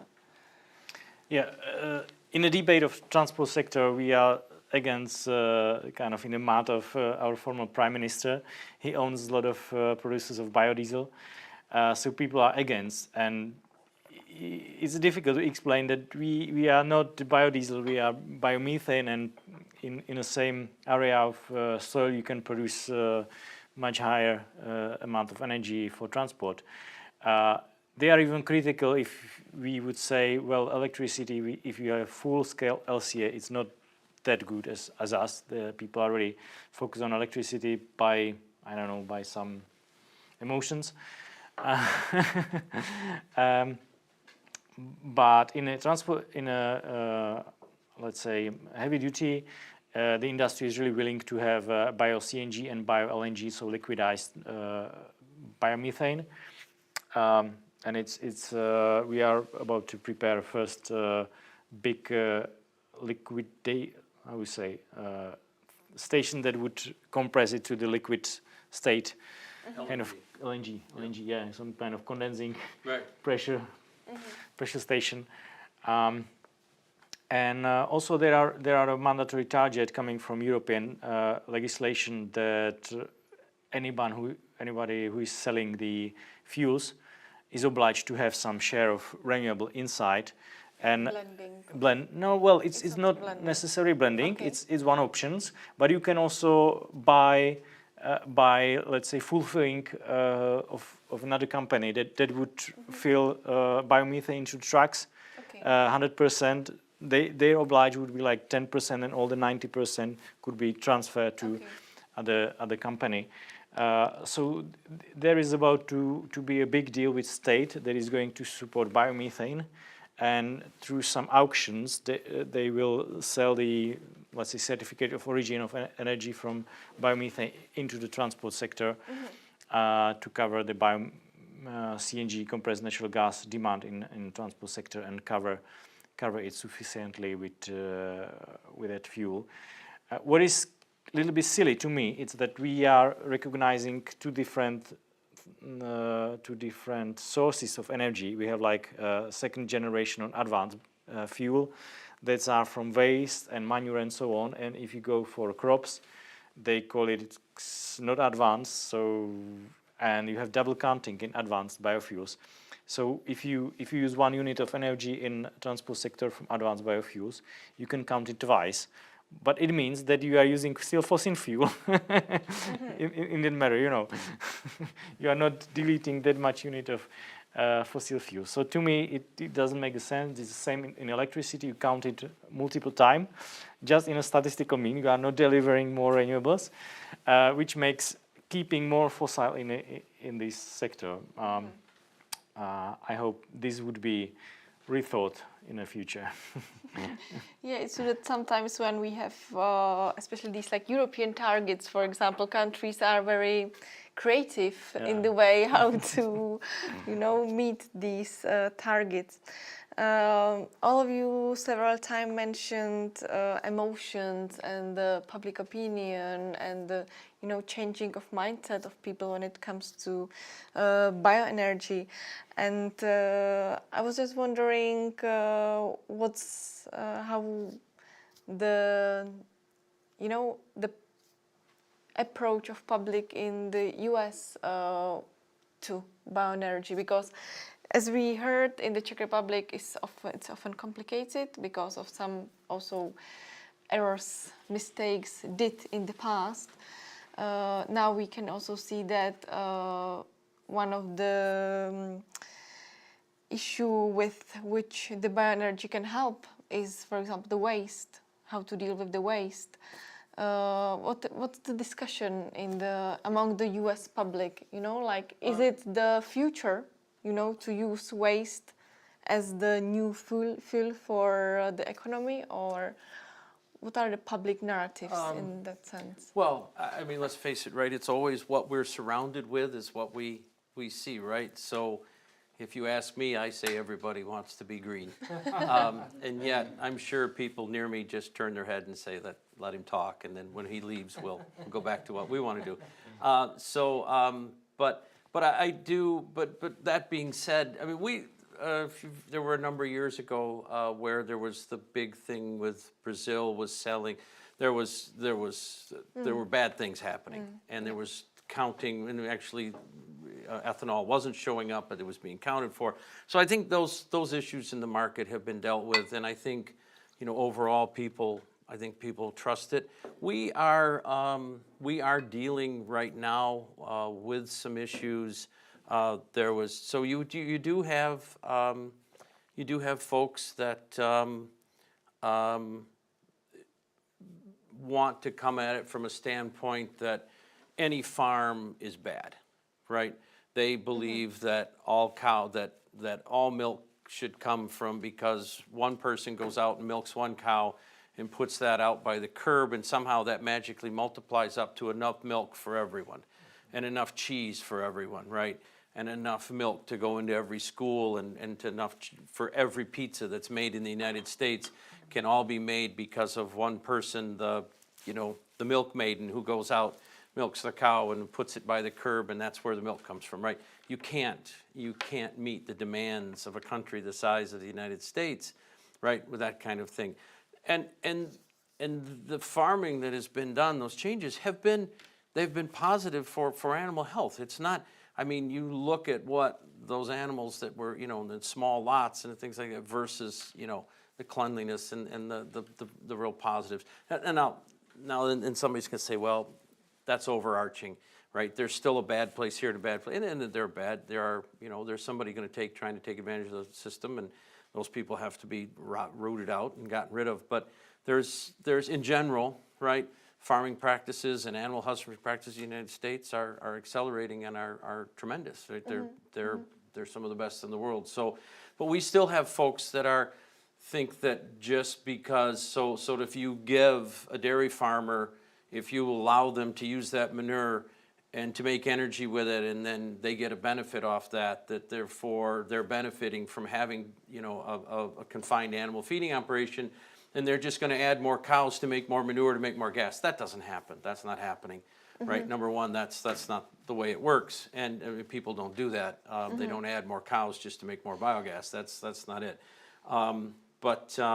So we have some, and then we also have things that digesters make ammonia, right? That's part of the byproduct. So we need to be trapping that ammonia, keeping it out of the atmosphere, getting it back into the ground where that nitrogen then can be used by the bacteria there to make to convert to nitrate and it to go as fertilizer.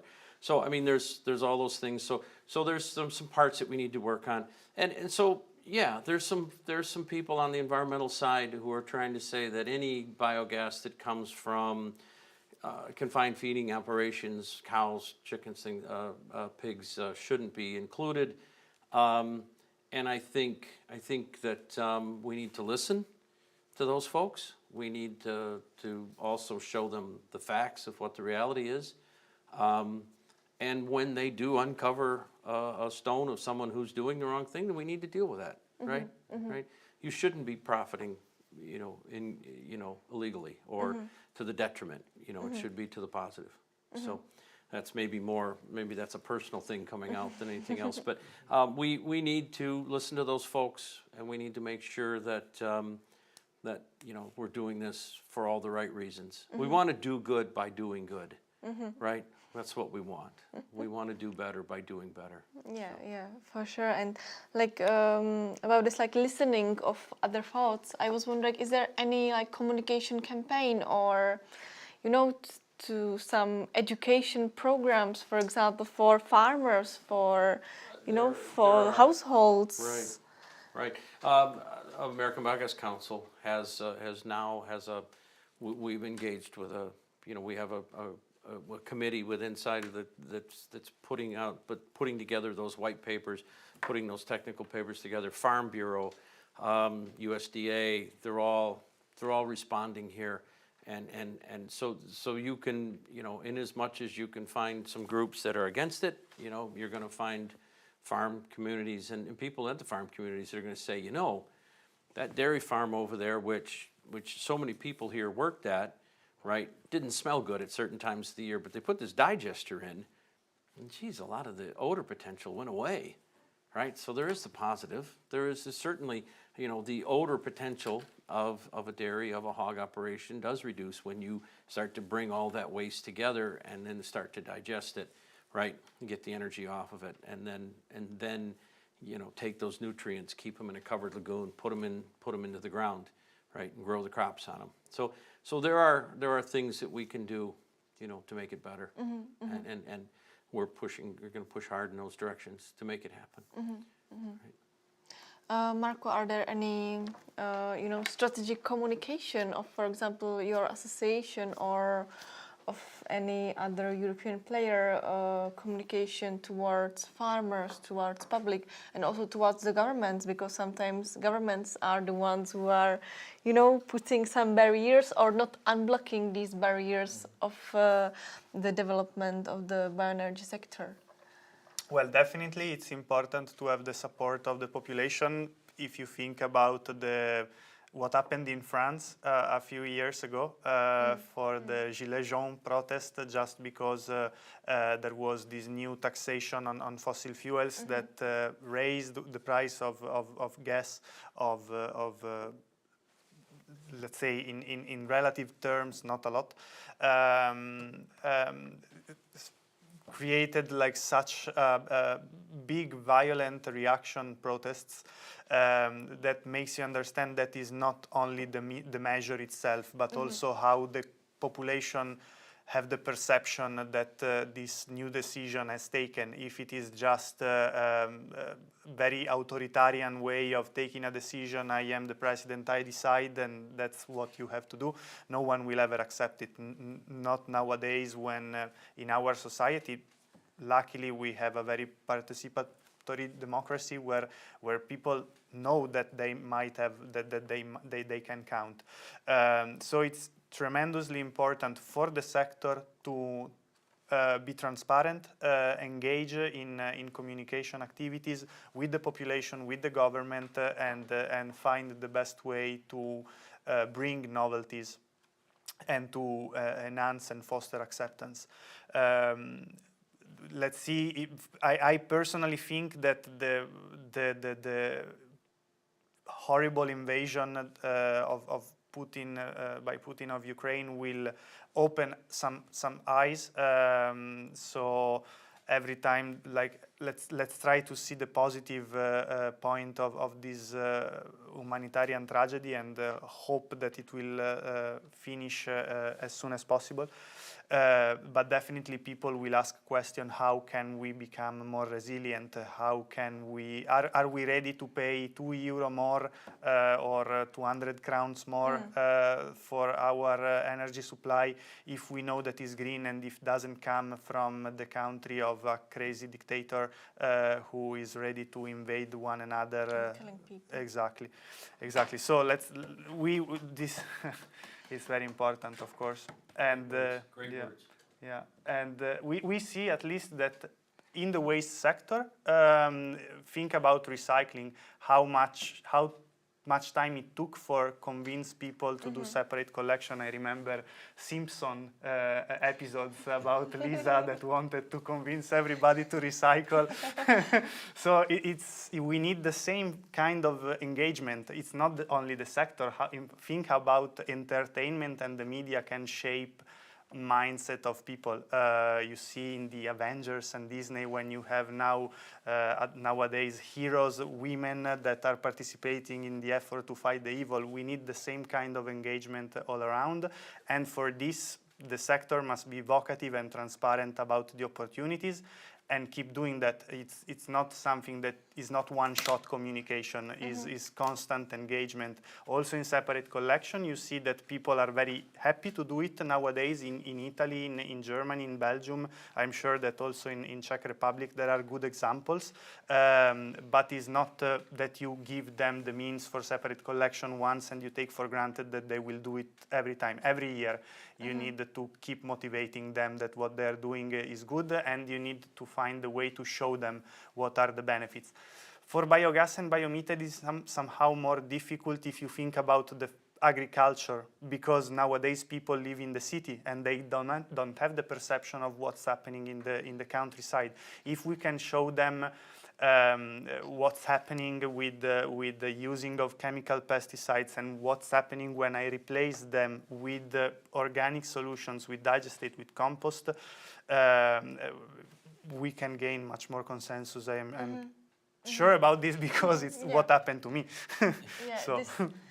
This is very important, this engagement of people, like to put people on board, that everyone can be, part of solution, that you are not just consumer anymore, but you are the person who can help You can even produce your energy. You can be a farmer who decides to build the biogas station. So everyone can do something.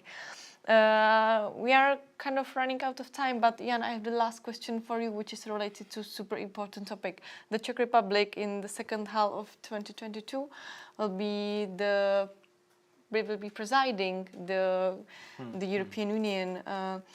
Our Minister for EU Affairs has already said that, let's say, the European energy independency or autonomy should be among the top topics of the Czech presidency.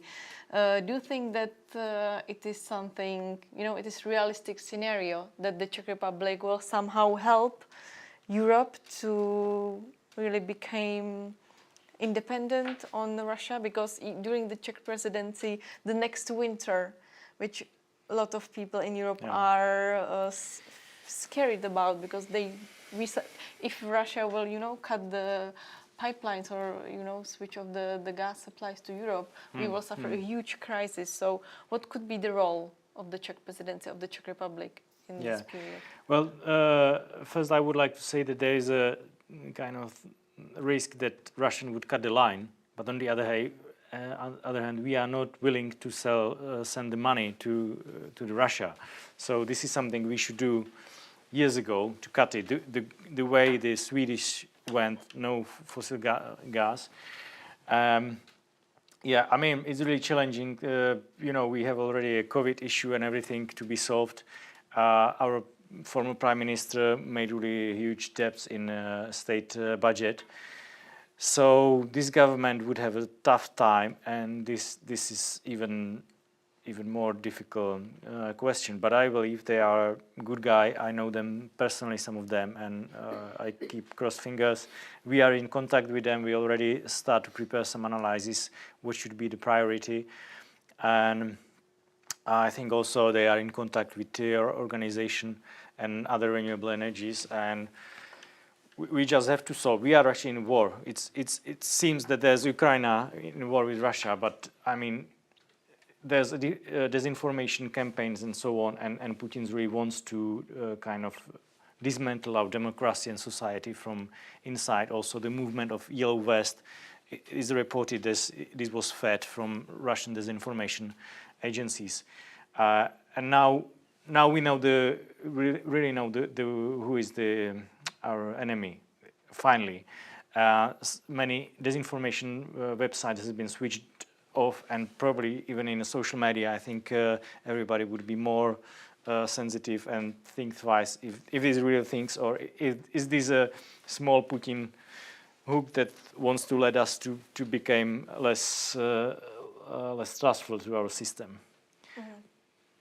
Yeah, I have last question for all of you, a question for the last comment.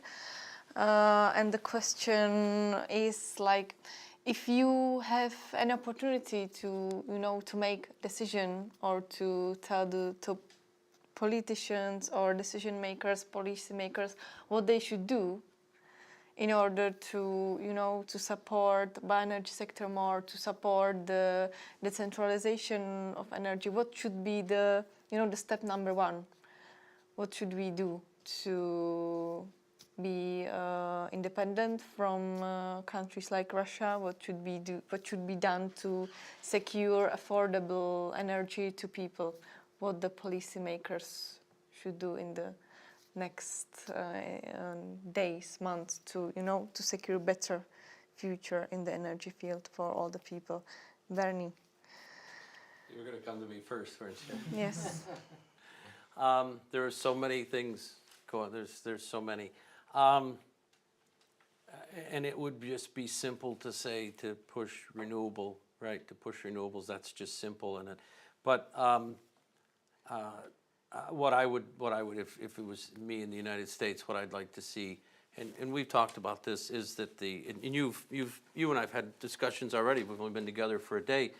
Is getting energy crops into the U.S. market, into the U.S. program. There's great opportunity. Switchgrass, which is tremendous and grows, and you can grow it well in a lot of marginal soils, and it gets those soils back it really turns those soils around. Plus it also switchgrasses, things like that, because that would help us tremendously. So to push more to get, so that we weren't just based on a methane avoidance model, to really build the RFS so that it's built on, that we can really pump energy into the grid that way. So I mean, and to monetize all the benefits of using those crops. What Jan has been, I've just been marveling at your discussion. A lot of the things you've said, I've really been impressed by. This has been such a, this has been a great opportunity. I don't know if I've ever had my mind opened up enough or have had so much time saying, we think the same way. And that's been tremendous. Thank you. Thank you to Biom CZ. Thank you to everyone. It's been tremendous. Thank you. Let's proceed with the recommendation. Jan, what is your recommendation number 1? Oh, it's difficult to say. I definitely agree with Bernie. I have one idea about European trading scheme system, which is focused on plus 20 megawatts industry that pays a lot of kind of tax allowances. They are now about 100 euros per ton of CO2 emitted. And if you are below, you are kind of tax-free in gas, in coal. I mean, the one sector, the above 20 megawatts, that is actually auction model. It's very kind of fragile because it's obvious that some other countries and nations are probably doing speculation on the market to drive it on a crazy level. So this should be stopped. I would say it should be made taxed.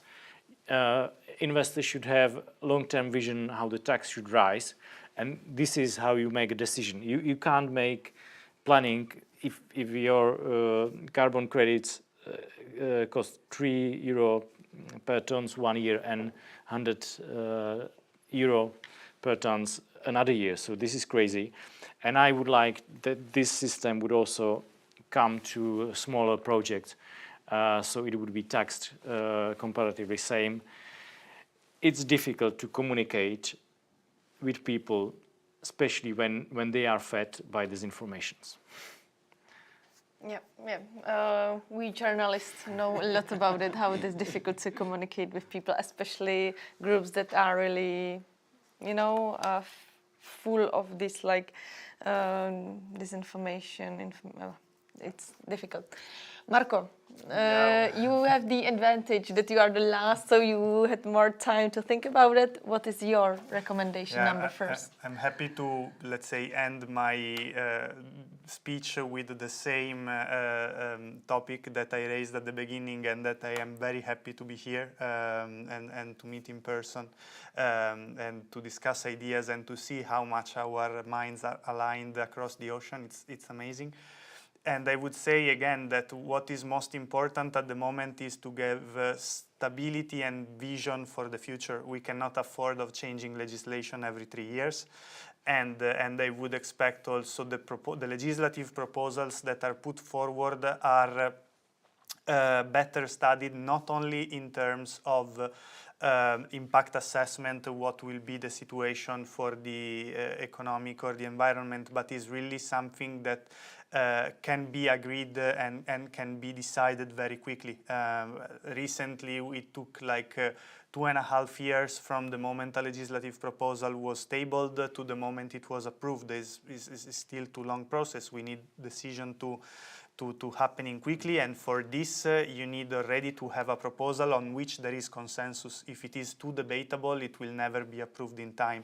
But again, agree on the rules, agree on the goals, and then give the sector 10 years. Otherwise, it will be very, very challenging and also difficult for the sector to find the resources to engage with the communication with everybody, because if all the strength and resources need to go to the governments, there is a gap between the sector and the society, and we cannot afford this anymore. It's time for us to go to the people and speak with them. Great. Thank you. I think it was a great conclusion of our discussion. Thank you, Bernie. Thank you, Jan. Thank you, Marco, for all your insights, because for me as a journalist, we are still gathering information, and I learned so much from all of you. So thank you very much. for your contributions, for your insight. It was really, really glad. I'm really glad that I could listen to you for these 2 hours. And I would also like to thank a lot to our audience for your attention.